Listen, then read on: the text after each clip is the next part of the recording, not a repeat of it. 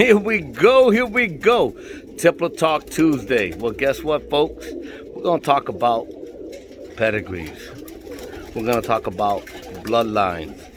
And I think we've touched this topic in the past, but I will revisit the topic today. So, what you're looking at behind me are Tipplers, Homers, and so on. Let me just show you what I'm talking about.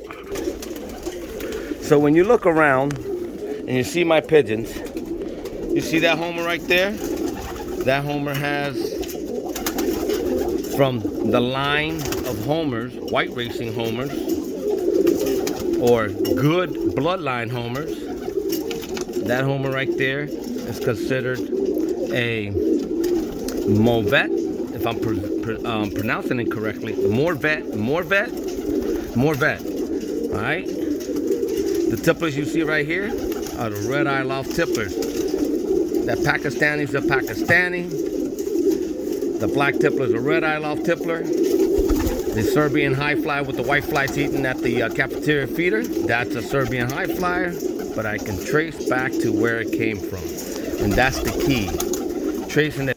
I may not have no pedigrees with these birds.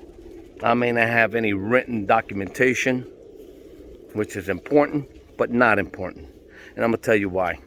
I don't go around telling folks I have Bowdens, McAfee's, Sheffield's, Levettes. Although I do have Levettes in my family. Do I really know if they're Levettes for sure? I've been told that. But let me just turn around and show you this pair. On this Tippler Talk Tuesday, these are late hatch. These are the babies. Let me open this up and I'll show you what I have going on here. The cock, the red grizzle cock right there.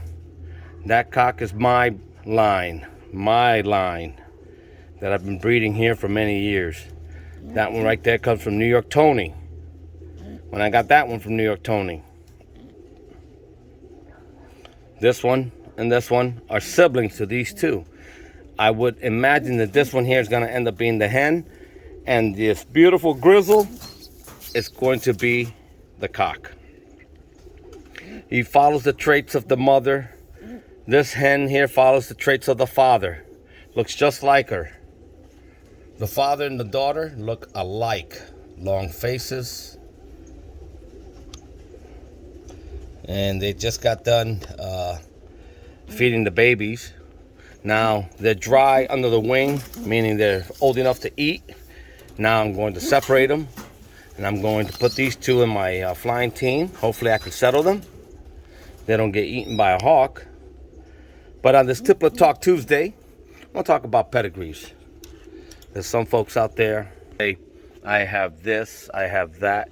Unless you have written documentation, pedigrees to show that you have those line of birds in your loft, you have whatever your loft name is. Don't forget it.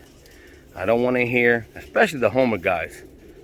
I kind of chuckle when they say I got Del Bars, Trentons, and Sticklebocks, and all this other stuff. Jansons, not Jensens, Jansons.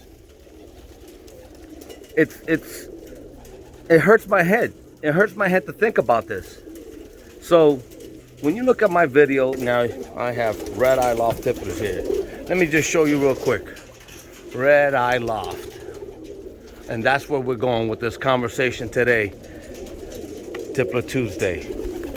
Folks, look in your loft. If you can trace where you got them from, the history of those birds, and you can articulate exactly where they came from, who flew them, how they did with them, as far as records, and you have records to back it up, now you're talking.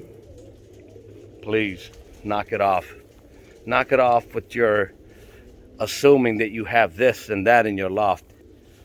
Especially for Homer guys. If you don't race, you don't have results, you don't have nothing. So, for all those out there watching, just a quick video, Tippler Talk Tuesday. And Homers, because I had to mention that in order to get where I'm going with this conversation. Pedigrees. Do you have pedigrees in your loft? Tippler guys, do you have pedigrees in your loft? I don't think so. We have what we call our loft, and that's, wait, mine's red eye loft. Yours, you call it whatever your loft is. Till then, peace.